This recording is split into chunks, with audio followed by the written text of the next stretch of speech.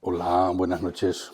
Hoy os voy a contar una historia personal que supongo que algunos identificaréis. Como ya dice el título, vamos a empezar por partes, ¿no? Como decía Jack el Destripador. Entonces, lo primero es ¿por qué Tesla? No voy a eludir, es decir, no voy a razonar por decir que existe una razón matemática para comprar un Tesla, no. Yo nunca he tenido un interés de tener un coche de gama alta, sea un Mercedes, un BMW, un Audi. De hecho, por lo que he pagado por este coche me lo podría haber comprado porque ahora están los coches de gasolina de gama alta están bastante bajos de precio y nunca lo he tenido por tener un coche de esos. Sin embargo, por el Tesla sí que lo tenía. Entonces no sé si será la edad, el hecho de que ya, digamos que las posibilidades de que yo vaya a comprar varios coches en mi vida pues ya son cada vez menos. Pero bueno, el caso es que a mí me apetecía comprar un Tesla. Pues ya está, tiene más historia. Hay razones que sí son de peso, como el hecho de que tenga el piloto automático. Para mí el piloto automático es ahora mismo imprescindible. Es más, si yo fuera gobierno, yo lo pondría obligatorio.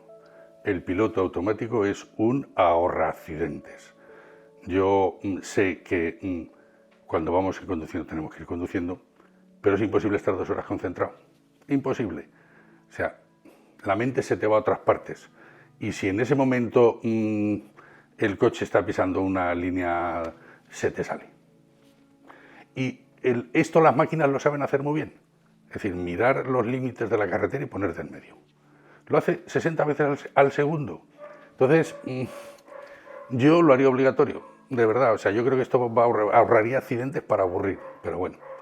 El piloto automático era para mí muy importante y efectivamente, a pesar de que yo en el vídeo del piloto automático lo conté, y alguien me ha dicho que lo ponía muy mal, no. Es decir, cuando adaptarte a él tienes que sufrir, es decir, yo ya lo expliqué, cuando te pones delante de él y va conduciendo una máquina, pues tienes que hacer un acto de fe. ¿No? Pues ya una vez que lo haces, pues ya se te pasan las neuras. El enganchar un piloto automático y que lo haga todo solo, hasta adelantar, cuando tú le marcas, claro. Eso es estupendo y maravilloso, te relaja un montón, los viajes son, en fin, yo altamente recomendable. Existe en el mercado cosas parecidas, es decir, el control de crucero adaptativo, que ya tiene algunas marcas, que hace lo mismo, es decir, centra el coche en el carril y frena cuando llega alguien delante. Es básicamente lo que yo tengo, es decir, ahí no adelanta solo, pero bueno, cuando llegas a un coche lo adelantas y vuelves a poner el control de crucero. Si lo tenéis y lo habéis probado, seguramente comentaréis lo estupendo que es la situación. La otra de los supercargadores que a día de hoy, y después del vídeo de hace unos días, pues como ya os dije, ya es un problema o es una circunstancia menor. Ya existen alternativas de supercargadores por toda España que no son de Tesla, y entonces pues ya no es un aliciente. Yo en mi caso concreto, en mi ruta de Valencia, pues todavía lo uso, pero bueno, el día que me pongan un Ionity pues ya no será tan interesante. Luego, por las actualizaciones. Cuando tú te compras un Tesla, el sistema operativo, el control del coche te lo actualizan constantemente. Entonces yo ya tengo cosas que antes no tenía. Por ejemplo, yo en mi software original, yo no podía ver dentro del habitáculo las cámaras laterales. Solo podía ver la cámara trasera. Pues ahora cuando en la última actualización, pues ya me funciona. Entonces, estas cosas son altamente interesantes. Y otra, de las que os voy a hablar ahora después, es la actualización del hardware. Yo cuando me puse delante del coche, hablé con un técnico y me dijo que el coche tenía la versión del ordenador de a bordo y la del ordenador de piloto automático, tenía las versiones anteriores, pero podía actualizarlo a las versiones modernas. Y me dijo, si haces eso, tendrás un coche como los que salen hoy día por la puerta de la fábrica, con el mismo software y el mismo hardware. Desde entonces también han cambiado las cosas y ya hay un ordenador nuevo, la versión 3. Pero bueno, esto es algo que también, ahora también os lo referiré. En Tesla las actualizaciones son constantes, no pasan de un año a otro, van de mes en mes. Entonces, prácticamente los coches salen, no hay dos coches separados por un año que sean iguales, tienen alguna modificación que no los hacen iguales. En los Model 3 de ahora mismo, por ejemplo, llevan ya por ley un altavoz externo para simular un ruido para los peatones Y claro, como siempre, pues si tienes software, pues le han hecho la boombox, le puedes hablar, puedes hablarle a la gente en modo remoto, en fin, cosas propias del software cuando tienes el hardware. Entonces el hardware se actualiza, pues bien, se actualiza. ¿Qué le vamos a hacer? Es constantemente. Es decir, cuando compres un Tesla, que sepas que 6 meses después ya los que salgan tienen más cosas que el tuyo no tiene. Pero bueno, en lo importante, en mi caso concreto, yo estaba o estoy razonablemente bien actualizado si no tenemos en cuenta la última actualización del hardware. Pero bueno, hubo 2 meses, 1 mes y medio, donde estuve a la última. Tan o más importante que el software son los retrofits. Las fábricas no son nada proclives a hacer estas cosas porque, digamos, tardan más en cambiar el coche. Se trata de hacer actualizaciones de hardware, software, combinadas, para añadir funcionalidades que el coche no tenía.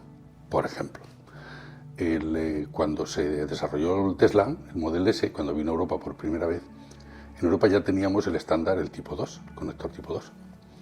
Y ellos pues lo adoptaron. En Europa no tenemos el conector que tienen en América. Pero le hicieron una modificación propia para por ese tipo 2 poder cargar corriente continua de 100 kilovatios o más, que son sus cargadores.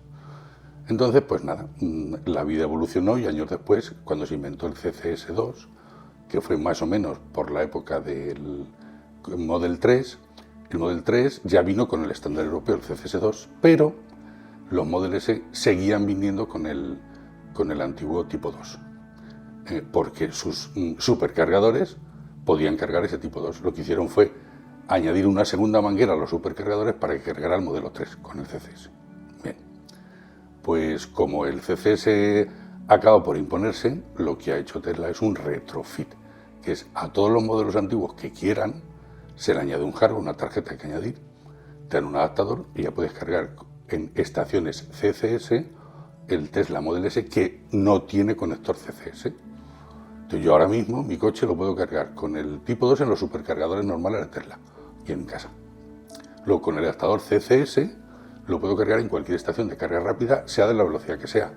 Es decir, los de 100 kilovatios, los que hemos visto estos días, pues los he podido cargar. Y luego existe el adaptador CHAdeMO, que fue el primero que desarrolló Tesla en América para cuando los usuarios de Tesla estaban fuera de las áreas de los supercargadores y necesitaban cargar. Entonces yo tengo, digamos, que mi coche ahora mismo con los retrofits adecuados es universal. Puedo cargar en cualquier punto de carga, puedo cargar, menos en los tipo 1, que esos, en fin, hay muy poquitos.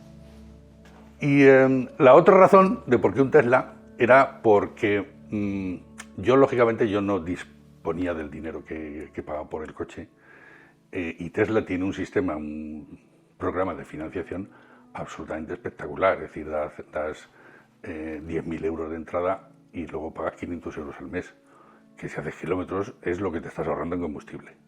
Con lo cual, pues, eso es altamente inmejorable. El problema es que, como la veréis, yo no me podía comprar un coche de primera mano. Y entonces, pues bueno, pues no podía, y como no podía, pues...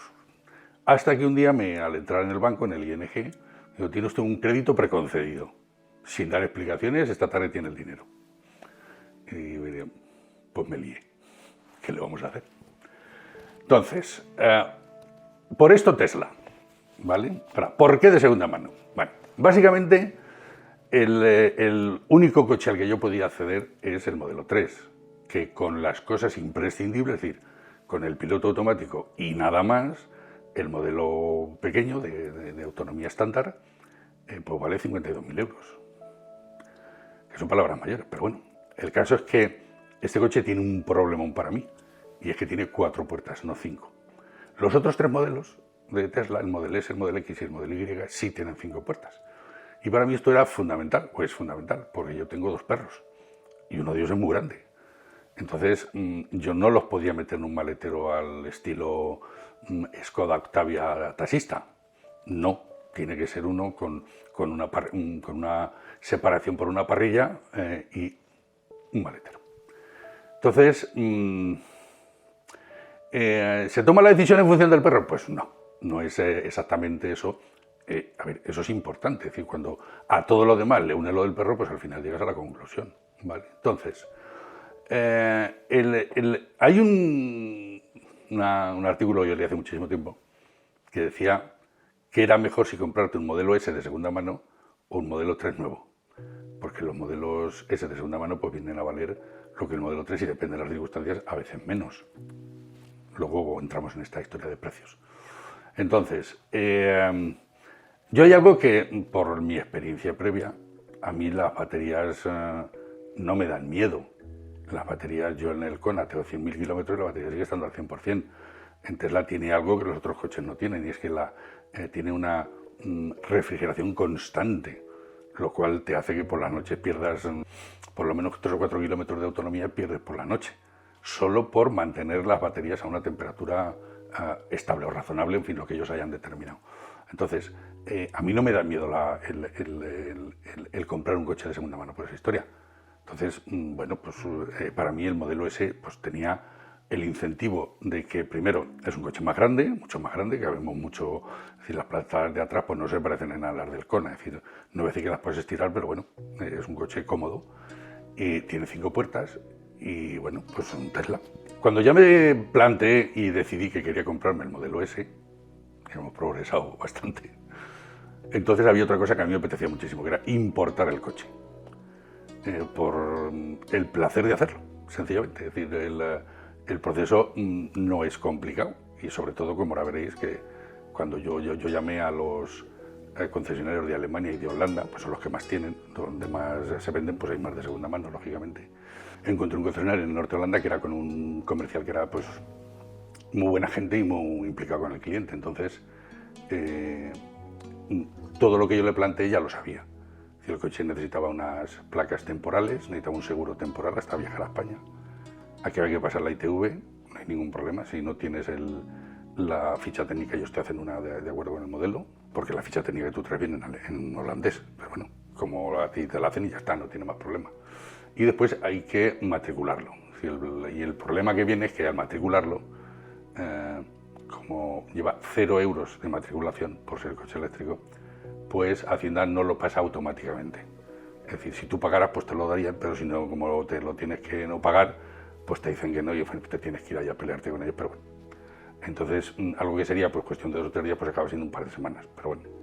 Yo no le veo el más mínimo problema, a mí no me da miedo, yo lo tenía todo hecho, ya tenía mi plan de viaje, me iba a volar, me iba a ir a Valladolid, allí iba a coger un vuelo de un avión que iba a Eindhoven. En Eindhoven tenía que coger un tren que me llevaba hasta el pueblo este, no me acuerdo cómo se llamaba. Y allí pues ya tenía un hotel controlado del concesionario de Tesla, bueno, ya había hablado con el fulano, en fin, lo tenía todo planeado. Entonces, ¿qué buscaba yo en el coche? Lo primero, que no tuviera muchos años, porque por las historias que os estoy contando, las actualizaciones son muy importantes, es decir, conforme van pasando el tiempo, pues los modelos se van actualizando, es decir, respecto del modelo de un año antes, en mi coche es del año 17, respecto al modelo anterior, el mío traía el hardware 2 de la navegación. Ahora tiene el 3, se lo actualizado, pero ya tenía el mejorado, ¿no? Entonces, el frontal es el modelo nuevo, el que está saliendo ahora mismo de la casa, que se puede, la anterior se puede actualizar, pero claro, siempre es pagando, es decir, bueno, pues habría que jugar con esas historias, pero bueno, que no fuera muy antiguo. Segundo, que no tuviera muchos kilómetros. Yo me había fijado el límite en 100.000, que no tuviera 100.000 kilómetros. entonces, bueno, pues ese era el otro parámetro. El otro parámetro, obviamente, y el más importante de todos, era el precio, es decir, algo que yo pueda pagar. ¿Vale? Entonces, bueno, pues yo, en fin, el caso es que con todos estos parámetros, pues yo tenía uno que me localicé en Holanda, con el comercial este que está hablando. Bueno, pues lo llamé, me dijo que todo bien. Ya estaba toda esa historia, estaba todo controlado. Entonces, en fin, me pasé un fin de semana dándole vueltas, miré las webs tropecientas mil veces. Y el lunes, de esto, cuando iba hacia la oficina, que ya tenía intención de llamar al holandés para decirle que me diera la cuenta para pagarle, y yo tuve una corazonada de estas, de las meigas, dicen los gallegos, que no existen, pero a ver las haylas, ¿no? Entonces, pues tuve una corazonada de, coño, no has mirado en las webs españolas a ver si hay algo, porque a lo mejor hay algo. Total, que cuando llego a la oficina a las 7 de la mañana, abro una página web, lo primero me lo encuentro, el coche, que tenía un año menos que el que yo tenía previsto, tenía un año menos, 40.000 kilómetros menos y 5.000 euros menos. Y ya estaba en España. no lo tenía que traer. Es decir, a mí traerlo no me asustaba, es decir, además me apetecía, hubiese hecho un vídeo estupendo. Pero ya lo tenía en España, lo tenía matriculado, no tenía absolutamente nada que hacer. De hecho, esa misma tarde, cuando fui, le di la señal, me dijo el hombre, cuando me lo pagues te lo llevas. Digo, pues te lo pago esta tarde todo el tirón. Yo se lo pagué al día siguiente y no fui a por él hasta el viernes, por circunstancias. Esto de por sí solo, pues ya me merecía la pena, ¿no? Es decir, por lo que os he dicho, pues ya me merecía la pena. Pero además de todo esto que ya os he dicho, tenía otros alicientes más. Por ejemplo, el coche tiene 2 motores. Yo no hubiese comprado un coche con 2 motores, pero si te lo dan, si va incluido en el precio, pues mira. El piloto automático va incluido, obviamente sin eso no lo hubiese comprado. También tiene los datos ilimitados, eso me da igual, porque yo en mi tarifa plana de datos de mi teléfono los tengo ilimitados y de hecho a veces llevo conectado el coche al teléfono. No era mi problema. Algo que era muy importante, y es que el mío es un modelo de una batería de 75 kilovatios, pero la batería que tiene es de 85 y está reducida por software a 75. Eso lo que significa es que hay un 15% de batería a la que yo nunca voy a acceder y que por lo tanto nunca voy a saturar, nunca voy a llegar al 100% de la batería, nunca voy a llegar a cargarla al 100%. Aunque la cargue rápido, siempre voy a parar como mucho en el 15%, en el 85% de la batería real, ¿vale? Y por supuesto, en todo momento el lector del OBD me dice que estoy al 100% de batería. Siempre tengo 76 kilovatios disponibles. Tengo más kilovatios que en el Kona, pero este coche consume más. Por eso ya os decía el otro día que tengo menos autonomía. Por contra, tengo algo que no tenía en el Kona y es la posibilidad de cargar a 100 y pico kilovatios cuando la batería está muy vacía. Que como ya os dije en el vídeo de los kilovatios, en el vídeo de los supercargadores, teniendo supercargadores a tu disposición, mucho más importante que la batería son los supercargadores. Es decir, si yo me voy a Valencia, que tengo que parar, pues mientras paro, dejo el coche, lo enchufo y lo dejo. Me voy al baño. Ya que estoy parado, me tomo un café y vengo. Lo mínimo son 15 minutos y realmente necesito 5 para llegar a Valencia, con lo cual, si tienes buenos supercargadores y el coche acepta carga rápida, ya no hay ningún problema. Otra de las cosas que vi en el coche fue cuando le puse el OBD y miré pues, el histórico que tenía. Entonces, el coche mayoritariamente se había cargado en cargadores lentos. Aproximadamente el 80% de las cargas se habían hecho en modo lento. Y esto para mí era un signo de que el coche había estado siendo bien tratado. Por lo que me contó el comercial, pero bueno, el comercial te puede contar muchas cosas, pero bueno, por lo que me comentó el comercial, efectivamente, el coche había sido muy bien tratado porque... no voy a dar detalles. En fin, pero los datos del OBD a mí me lo confirmaban. Es decir, ahí vi que la batería estaba tenía 76 kilovatios, que es el 100%. Pero bueno, como tiene la batería que tiene, pues hombre, algo de degradación tiene que tener, que yo no estoy viendo, porque no puedo acceder a esa zona de la batería. Si yo todo lo que veo es de la zona de 75 kilovatios, y aquí siempre es el 100%. Y además de eso tenía el techo panorámico, desde que se abre. Techo práctico, no sé cómo se llama. El caso es que yo no me habría comprado un coche con techo panorámico, pero por lo mismo de antes, si te lo dan, porque usarlo lo uso. Estos días, por ejemplo, que está la temperatura templadita, pues yo lo llevo constantemente abierto. Luego cuando hace calor no, y cuando hace frío tampoco. O sea, no es un descapotable, yo nunca he tenido un descapotable, pero bueno. El caso es que, bueno, si lo tienes y lo usas, pues mira, ahí está, no tiene mucha historia. Entonces, ¿estoy contento? Pues sí. Estoy muy contento. Yo tengo el coche ya 4 meses, tengo hechos 20.000 kilómetros y hasta ahora todo muy bien. Es decir, yo ya tenía el cargador instalado en casa para el Kona, no tuve que hacer nada, tuve que acomodar la rampa porque el coche es mucho más bajo que el Kona. Y bueno, tengo cosas, de esto os haré otro vídeo, de qué he hecho de menos del Kona, ¿no? Te apuntaros por ahí por las cosas de la campana y demás. Que por más... estupendo que sea un coche, siempre hay cosas que le faltan y que el más humilde puede tener y ser algo absolutamente estupendo. Pero bueno, esto para el próximo vídeo. El coche responde a todo lo que yo esperaba de él, me ha respondido a todo. Es cómodo, silencioso, es rápido, más de lo que yo necesito. Los 2 motores, como ya os conté el día del dual motor, prácticamente siempre uso solo uno, en fin, muy bien, todo de momento todo bien y esperemos que siga así. El coche sigue teniendo la garantía en el powertrain, como dicen ellos, o sea, en los motores y en la batería hasta 8 años, es decir, me quedan 3, o 160.000 kilómetros, que los pasaré, si todo, si no tengo ningún percance en mi vida.